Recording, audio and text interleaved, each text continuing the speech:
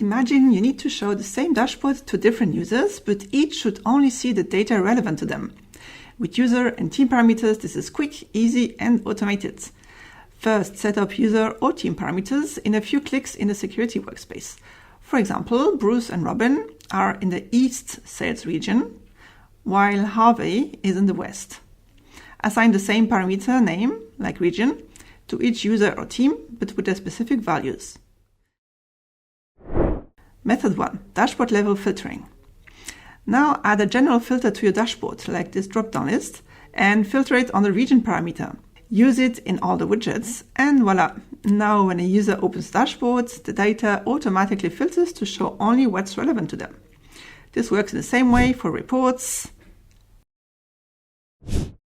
live docs, and insights. Method 2. Data level filtering. For even more efficiency, you can use dynamic views. Create a dynamic view from your data tables, apply the region parameter as a filter, and then use it in any analytics object. Now every dashboard or report using this data will auto-filter with no extra steps needed. This is perfect for scenarios where you are reusing the same data across multiple objects, for instance.